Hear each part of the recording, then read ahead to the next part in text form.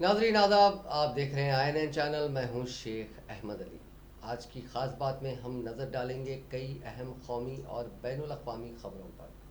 वज़ीर आज़म नरेंद्र मोदी ने इतवार को कांग्रेस के कायद राहुल गांधी और RJD लीडर तेजस्वी यादव पर निशाना साधते हुए कहा कि आज बिहार में एक तरफ डबल इंजन की हुकूमत है तो दूसरी तरफ डबल डबल युवराज है।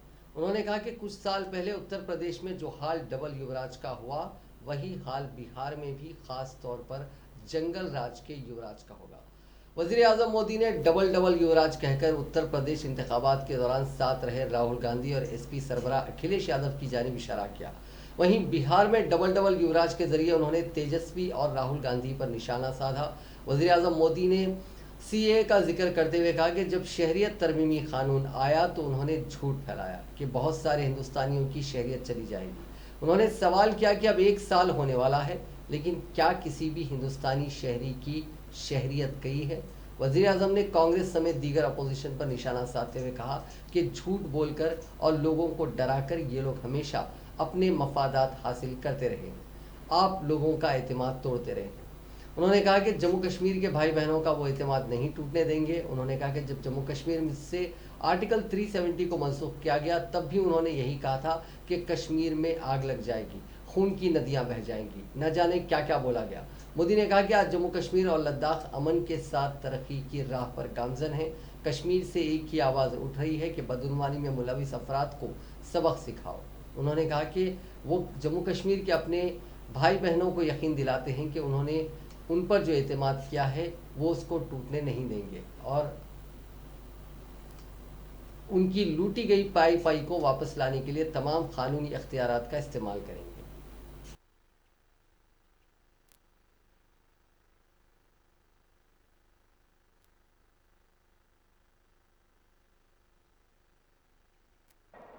ये भाजपा की NDA की प्रतिबद्धता है। बीते सालों में जनजातीय समाज की छोटी छोटी आवश्यकताओं को पूरा करने के लिए अनेक सारे काम किए गए।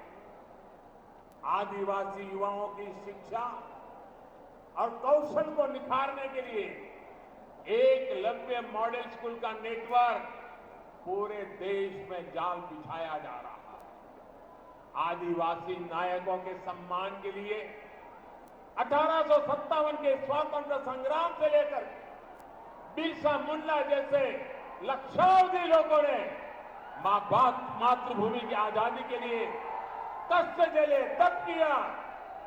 इन सबको देश की भावी पीढ़ी को प्रेरणा मिले, इसलिए ऐसे मेरे आदिवासी स्वतंत्र सेनानियों के सम्मान के लिए म्यूजियम से लेकर हर प्रकार के प्रयोगों का, हर प्रकार के प्रयासों का एक सिलसिला चल रहा है। हमारी कोशिश है कि यहां की थारू जनजाति, उरांव जनजाति और देश की हर वनवासी भाई बहन समृद्धि और सम्मान से अपना जीवन यापन करें।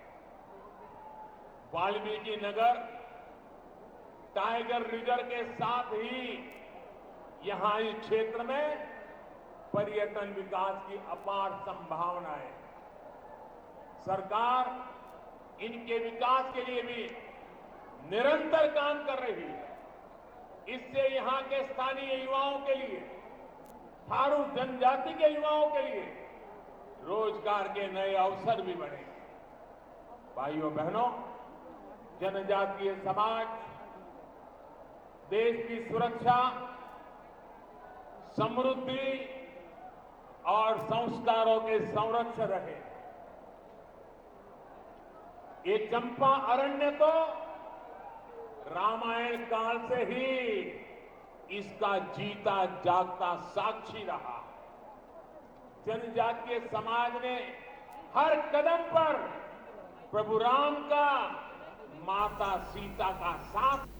बिहार में इंतखाबी रैलियां जारी हैं। हफ्ते के रोज़ हिज़्ब इख्तिलाफ के कायद और वज़ीर आला ओहदे के उम्मीदवार तेजस्वी यादव ने एक दिन में 19 रैलियों के जरिए अपने वालिद और राष्ट्रीय जनता दल के सरबराह लालू यादव की 16 रैलियों का रिकॉर्ड तोड़ दिया। इतवार के रोज़ वज़ीर आज़म नरेंद्र मोदी बिहार में 4 इंतखाबी जलसों से खिताब उन्होंने किया। तेजस्वी यादव ने अपने हल्के राघवपुर में 17वीं रैली से खिताब किया। यहाँ तक कि वो हेलीकॉप्टर के जरिए आए थे। इसके बाद उन्होंने सड़क के जरिए 2 इंतखाबी रैलियों से खिताब किया। राघवपुर की रैली में तेजस्वी यादव ने कहा कि वो इंतखाबी मुहिम में तनहा एनडीए के 33 हेलीकॉप्टर से लड़ रहे हैं। उन्होंने इतराफ़ किया कि उनके वालिद लालू यादव के अदालती तहवील में रहने की वजह से तशहीर का बोझ उनके कंधों पर है, इसीलिए उन्हें 15 से ज़्यादा रैलियां करनी होंगी।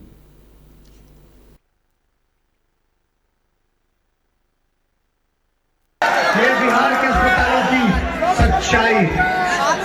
तो हम देखिए बाढ़ की समस्या इतनी बड़ी है इन इलाकों में, लेकिन कोई सरकार की कार्रवाई या सुनवाई नहीं होती। हम नहीं सोचते हैं, सभी जात, सभी धर्म, सभी लोगों को साथ लेकर के चलना चाहते हैं, चाहे वो स्वर्ण जाति के भाई हो, चाहे पिछड़ी जाति हो, अति पिछड़ी जाति हो, या दलित भाई हो, आदिवासी भाई हो, महादलित भाई हो, या हमारे अल्पसंख्यक भाई हो। तेजस्वी यादव सबका हाथ पकड़ के साथ चलने का काम करेगा, किसी को भी पीछे नहीं छोड़ेगा। अब जात पात और नफरत धर्म की राजनीति से ऊपर उठ करके दवाई, कमाई, सिंचाई और पढ़ाई की बात होनी चाहिए। होनी चाहिए कि नहीं? बिहार का पैसा खरबों रुपया बाहर जाता है, पढ़ाई होता है कि नहीं? तो देखिए 10 तारीख को नीतीश जी का विदाई तय होना। नीतीश जी मतलब भाजपा के कठपुतली, आरएसएस के कठपुतली।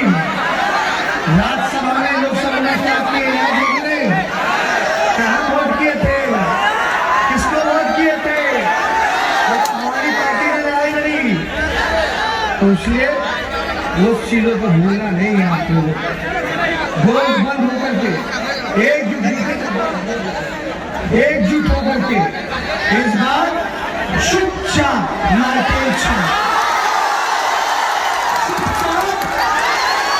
पीछे से भी आवाज आना चाहिए, चुपचाप। देखिए एक हेलीकॉप्टर के पीछे 30 हेलीकॉप्टर मोदी जी लगाए। बिहार की जनता फर्स्ट फेज के जितने हमारे मतदाता थे, नीतीश जी का विदाई, एनडीए का विदाई कर। राजस्थान की कांग्रेस हुकूमत ने हफ्ते को जयपुर में असेंबली का खुसूसी इजलास तलब किया था। उस सेशन को मरकजी हुकूमत के ज़रई क़वानीन के खात्मे के लिए बुलाया गया था। उसके तहत 6 बिल्स ऐवान में रखे गए।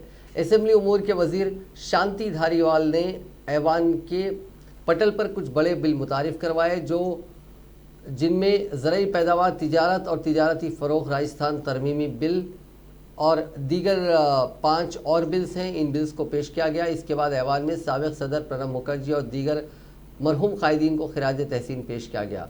इजहार ताज़ियत के बाद असेंबली 2 नवंबर यानी पीर तक के लिए मुलतवी कर दी गई। इसी दौरान हिज़्ब इख्तिलाफ के लीडर राजेंद्र सिंह राठौर ने कहा कि जब मरकज़ी हुकूमत ने कानून बनाया है तब रियासती हुकूमत के ज़रिए बिल लाने का कोई फ़ायदा नहीं।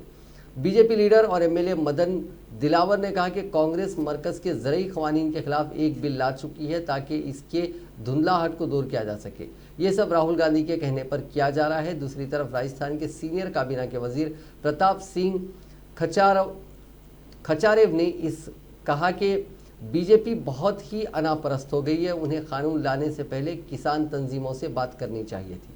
रियासत को मरकज़ी हुकूमत के कानून के खिलाफ बिल लाने का हक़ है। इस कानून का मकसद किसानों को तहफ़्फ़ुज़ फराहम करना है ताकि उन्हें एमएसपी मिल सके। बिल में सज़ा का भी बंदोबस्त है। सऊदी अरब में सेहत के सख्त प्रोटोकॉल पर अमल दरामद करते हुए उम्रा मनासिक की अदायगी के तीसरे मरहले का आगाज़ आज इतवार से हो चुका है।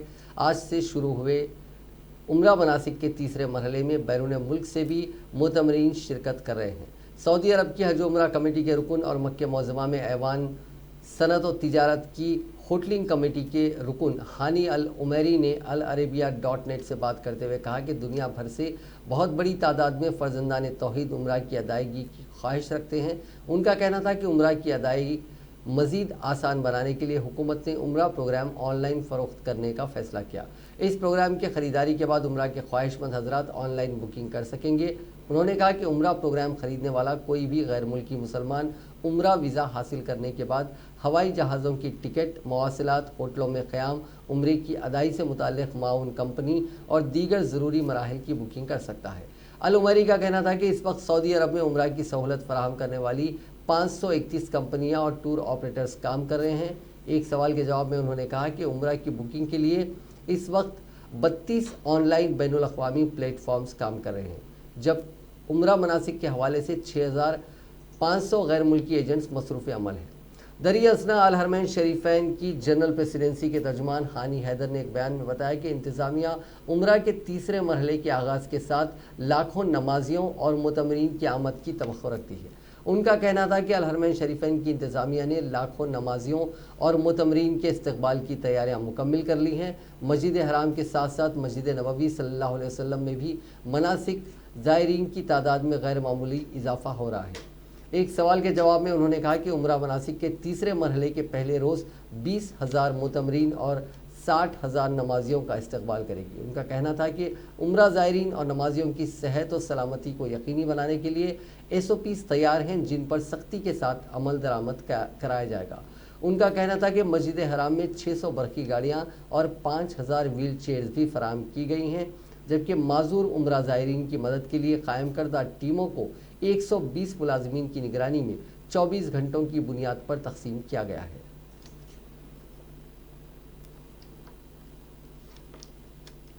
नई दिल्ली में लोधी रोड पर वाक़ इंडिया इस्लामिक कल्चरल सेंटर के गेट नंबर 3 के बाहर NDMC के ज़रिए नस्ब इंडिया इस्लामिक कल्चरल सेंटर के साइन बोर्ड पर गुज़िश्ता शब हिंदू सेना नामी किसी तंजीम ने जिहादी आतंकवादी इस्लामिक सेंटर के पोस्टर चिपका दिए हैं। IICC के बोर्ड ने इस वाक़े की सख्त मजम्मत की है। थाना तुगलक रोड ने कहा कि उसने इस वाक़े की रिपोर्ट दर्ज कर ली है। IICC के गेट नंबर 3 के बाहर नस्ब CCTV कैमरों की फुटेज की छानबीन की जा रही है। इंडिया इस्लामिक कल्चरल सेंटर के सदर सिराजुद्दीन कुरैशी और बोर्ड के दीगर अराकीन ने इस वाक़े की सख्त अल्फाज में मजम्मत की। एक बयान जो जारी किया गया है इस सिलसिले में, उसमें कहा गया है कि ये इदारा हिंदुस्तान की कौमी यकजहती की सबसे बड़ी मिसाल बनकर उभरा है और इसका अवलीन मकसद इस्लाम के ताल्लुक़ से बरदरान वतन के जहनों में फैली हुई गलत फहमियों को दूर करना है, जिसमें वो बड़ी हद तक कामयाब हैं। इसमें हर बड़े और कौमी त्यौहार का जश्न मनाया जाता है और बहुत सी मुफ्त तालीमी और तरबियती प्रोग्राम मुनक़िद किए जाते हैं, जिनसे बिला इम्तियाज़ मज़हब व मिलत सभी फ़ायदा उठाते हैं। इन प्रोग्रामों में personality development workshop, memory development workshop, Urdu और अरबी का यकसारा डिप्लोमा कोर्स और स्टाफ सिलेक्शन कमीशन के इम्तहानात की मुफ्त कोचिंग शामिल है। उर्दू और अरबी की क्लासों में न सिर्फ गैर मुस्लिम तलबा शरीक होते हैं, बल्कि गैर मुस्लिम IPS और IAS अफसरान भी बाकायदा शरीक होकर सर्टिफिकेट हासिल करते हैं। इंडिया इस्लामिक कल्चरल सेंटर की मेंबर साजी कमेटी की कन्वीनर अबरार अहमद ने बताया कि 20% मेंबरान गैर मुस्लिम हैं इस IIC में, जिनमें हिंदू, सिख और ईसाई शामिल हैं। उन्होंने बताया कि आज तक इस सेंटर के साथ ऐसा कोई हादसा पेश नहीं आया, लेकिन अब शरपसंदों के हौसले इतने बढ़ गए हैं कि वो इस इंतहाई साफ़ सुथरी शबिया वाले सेंटर को भी दागदार बनाने की कोशिश कर रहे हैं। सेंटर के बोर्ड ने वज़ीर दाखिला, दिल्ली के लेफ्टिनेंट गवर्नर और दिल्ली पुलिस कमिश्नर से इस वाक़े की आला सतही तहकीकात का मुतालबा करके कसूरवारों को सख्त सज़ा दिलाने की अपील की है।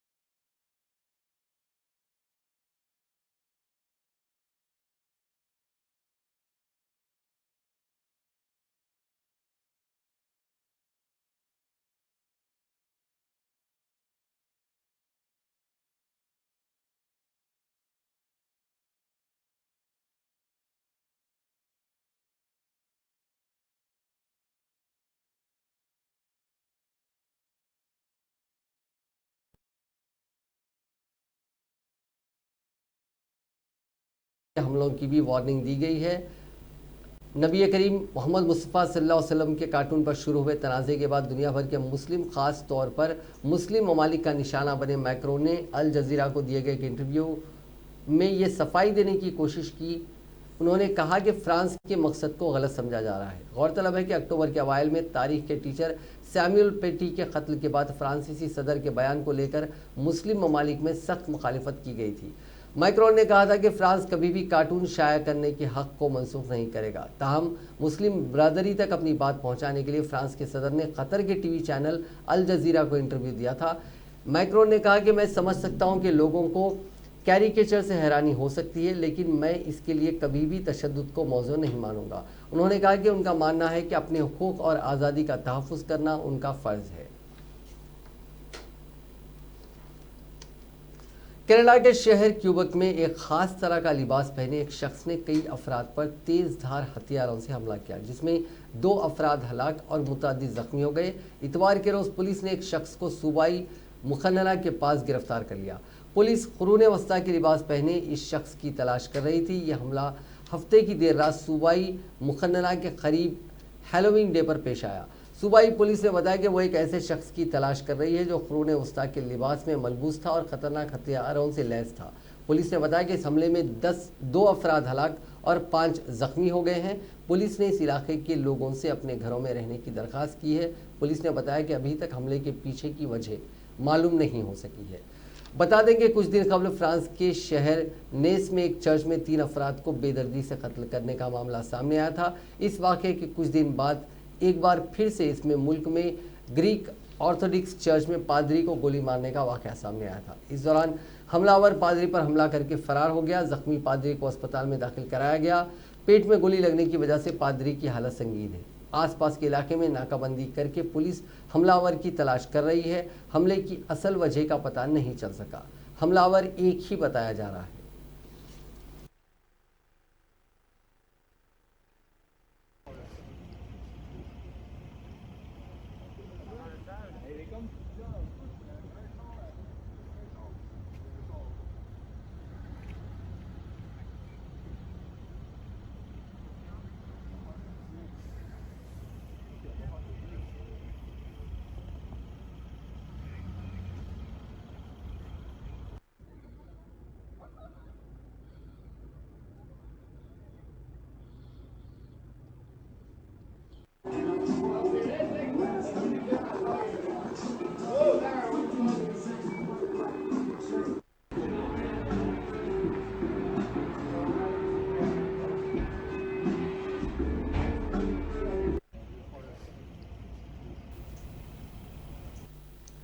उत्तर प्रदेश के हाथरस जिले के कोतवाला चंदप्पा के बिलघाड़ी गांव में सीआरपीएफ की 239 बटालियन का डेरा रहेगा।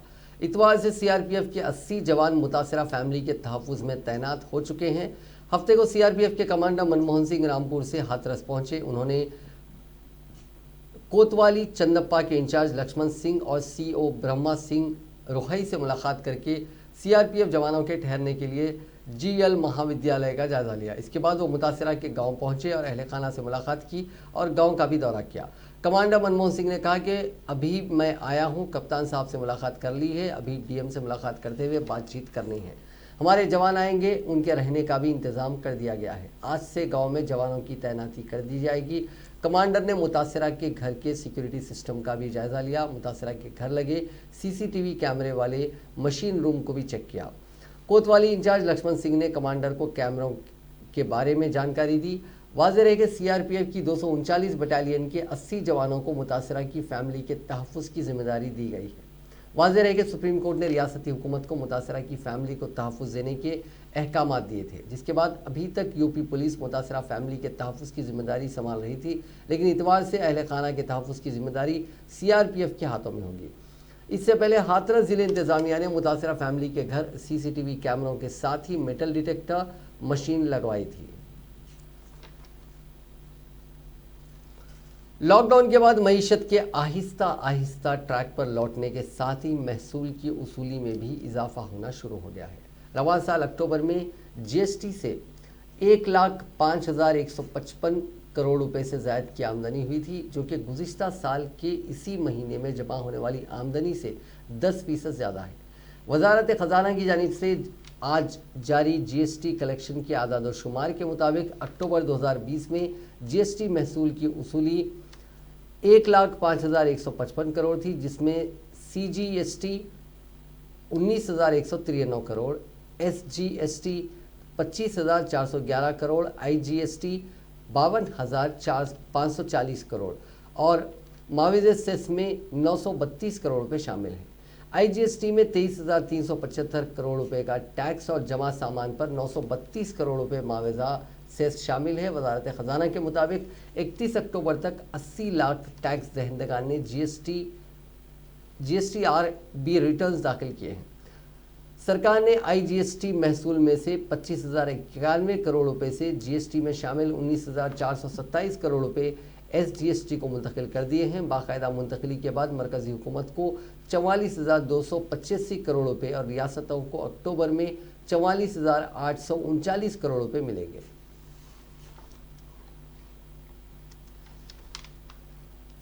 कनाडा में मुकीम हिंदुस्तानी तारिकीन वतन ने एक नया रिकॉर्ड बनाकर पूरी दुनिया को हैरत में डाल दिया है। हाल ही में हिंदुस्तान से कनाडा जाने वाले महाजरीन की तादाद में इजाफा हुआ है। उनमें 2018-19 के दरमियान 20% इजाफा हुआ है।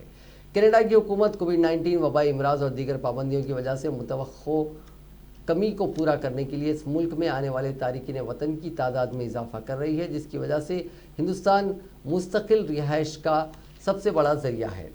पार्लियामेंट में तारिकीन वतन से मुतालिक 2020 की सालाना रिपोर्ट के मुताबिक ये तादाद अगले 4 ममालिक से आने वाले तारिकीन वतन की कुल तादाद से भी ज़्यादा है। इन आदाद और शुमार से पता चलता है कि हिंदुस्तान 2017 के बाद सबसे बड़ा वसीला मुल्क रहा, जबकि उसने मुस्तकबिल तारिकीन वतन को लेकर चीन को पीछे छोड़ दिया।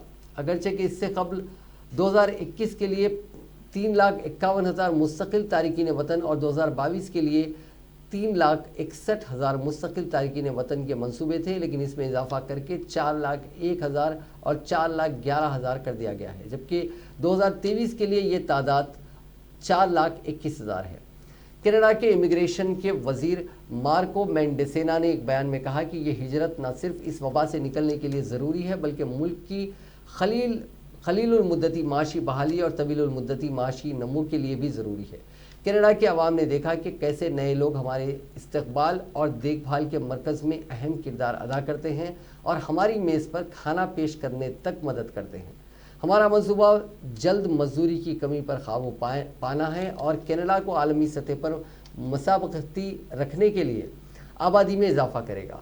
इमिग्रेशन पनाहगज़ीन शहरियत वाले कनाडा के एक बयान के मुताबिक 2018 और 2019 के दरमियान कनाडा की आबादी में 1.4 यानी 1.4% का इजाफा हुआ था।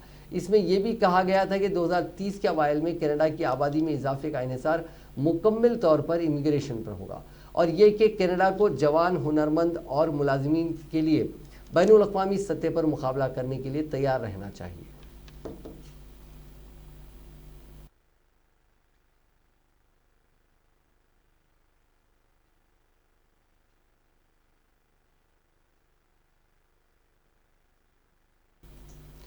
साबिक़ मरकजी वजीर पी चिदम्बरम ने हफ्ते के रोज़ कहा कि अपोजिशन जमातों को इस बात पर यकीन होना चाहिए कि भारतीय जनता पार्टी को शिकस्त दी जा सकती है और बिहार के मुजवज़ा इंतखाबात से उम्मीद की जा सकती है। इसको साबित करके दिखाएं। मज़कूरा असम्बली इंतखाबात और लोकसभा के लिए 2019 के ज़मनी इंतखाबात का हवाला देते हुए कांग्रेस कायद ने इशारा दिया कि बीजेपी की जीत का तनासुब बड़े पैमाने पर कम हुआ है। चिदम्बरम ने कहा कि असम्बली हलकों में 330 असम्बली इंतखाबात या फिर 381 असम्बली इंतखाबात 2019 के लोकसभा इलेक्शन के बाद से हुए हैं, जहां पर बीजेपी के उम्मीदवार हैं। लोकसभा इलेक्शन में बीजेपी ने मज़कूरा 381 असम्बली हलकों में से 319 में जीत हासिल की थी, जबकि 2019 में हुए ज़मनी इंतखाबात में मज़कूरा हलकों में बीजेपी ने 381 में से 163 पर ही जीत हासिल की। उन्होंने मज़ीद कहा कि कौन कहता है कि बीजेपी को शिकस्त नहीं दी जा सकती। अपोजिशन जमातों को इस बात का यकीन होना चाहिए कि वो बीजेपी को शिकस्त दे सकते हैं। मैं उम्मीद करता हूं कि इसको सबूत बिहार में मिलेगा। कांग्रेस, सीपीआई, सीपीएम अजीम इत्तेहाद का हिस्सा है जो राष्ट्रीय जनता दल की क़यादत में तश्कील दिया गया है। अक्टूबर 28 को बिहार इलेक्शन के पहले मरहले की रायदही मुकम्मल होनी है, जबकि दीगर 2 मराहिल की रायदही 7 नवंबर को मुकर्रर की गई है। 3 नवंबर माफ़ कीजिएगा 10 नवंबर के रोज़ वोटों की गिनती मुकर्रर है।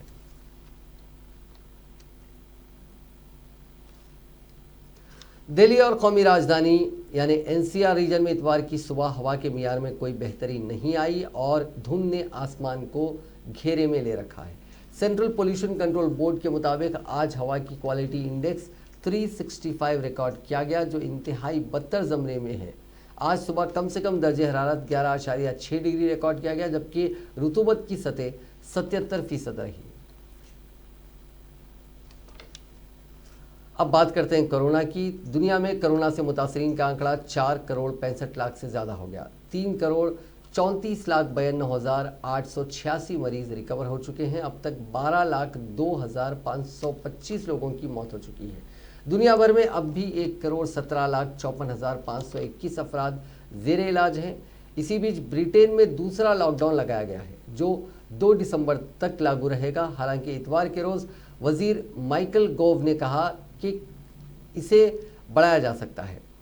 बढ़ते मामलों के बीच भी एक अच्छी खबर है कि ऑस्ट्रेलिया में कोरोना वायरस का कोई नया मामला इतवार के रोज़ सामने नहीं आया। वजारत सेहत के एक ओहदेदार ने कहा कि ऐसा 5 महीने में पहली बार हुआ है। इसके अलावा लगातार दूसरा दिन है जब इन्फेक्शन के चलते किसी की मौत नहीं हुई। उधर स्पेन में हुकूमत ने सख्ती दिखाते हुए लॉकडाउन लगाया तो सड़कों पर पुरतशद्दुद झड़पें शुरू हो गई। वहीं अमेरिका में महज 2 दिन के बाद सदारती इंतखाबात होने हैं। इसके पहले यहाँ इन्फेक्शन का वर्ल्ड रिकॉर्ड बना।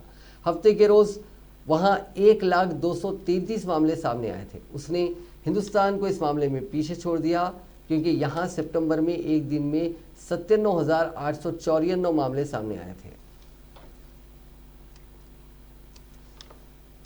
हिंदुस्तान में कोरोना वायरस के एक्टिव केसेस मुसलसिल कम हो रहे हैं और गुज़िश्ता 24 घंटों के दौरान कोरोना वायरस के नए केसेस के मुकाबले में सेहतमंद होने वाले मरीजों की तादाद ज़्यादा है। मुल्क में शिफायाबी में इजाफे से कोरोना मरीजों की तादाद 5,70,458 हो गई है। इसके साथ ही एक्टिव केसेस की शरह कम होकर 6.97% यानी 6.97% हो गई है। इतवार के रोज़ मरकज़ी वजारत सेहत और ख़ानदानी बहबूद की जानिब से जारी किए गए ताज़ा आदाद-ओ-शुमार के मुताबिक मुल्क में कोरोना वायरस से शिफायाबी की शरह 91.53 यानी 91.53% है, जबकि अमवात की शरह कम होकर 1.49% और एक्टिव केसेस की शरह 6.97% पर रह गई है। गुज़िश्ता 24 घंटों के दौरान मुल्क के मुख्तलिफ हिस्सों में कोरोना के 46,963 नए केसेस रिपोर्ट हुए। ये लगातार 7वां दिन है जब कोविड-19 के 50,000 से कम केसेस रिपोर्ट हुए हैं। इससे कबल हफ्ते के रोज़ 48,268, जुमे के रोज़ 48,648, जुमेरात को 49,881, चारशंबे के रोज़ 43,843, मंगल को 36,470 और पीर को 45,149 केसेस रिपोर्ट हुए थे। गुज़िश्ता 24 घंटों के दौरान कोरोना से मुतासरा 58,684 मरीज शिफायाब हुए हैं, जबकि 470 हलाक हुए हैं। मुल्क में 81,84,000 से ज़्यादा अफराद इस जानलेवा वबा का शिकार हो चुके हैं, जिनमें से तकरीबन 74,91,000 अफराद सेहतमंद हुए हैं, जिनमें से अभी तक जो मरने वालों की तादाद है वो 1,22,111 हो चुकी है। 2 महीनों का डेटा का अगर हम एनालिसिस करें तो सितंबर के मुकाबले अक्टूबर में इन्फेक्शन की रफ्तार, मौतें और रिकवरी रेट तीनों में गिरावट देखने को मिली है। अक्टूबर में 71.6% इन्फेक्शन के मामले कम हुए थे, जबकि मौतों में 70.57% की कमी आई थी। इसी तरह रिकवरी के मामलों में 20.63% की गिरावट दर्ज हुई।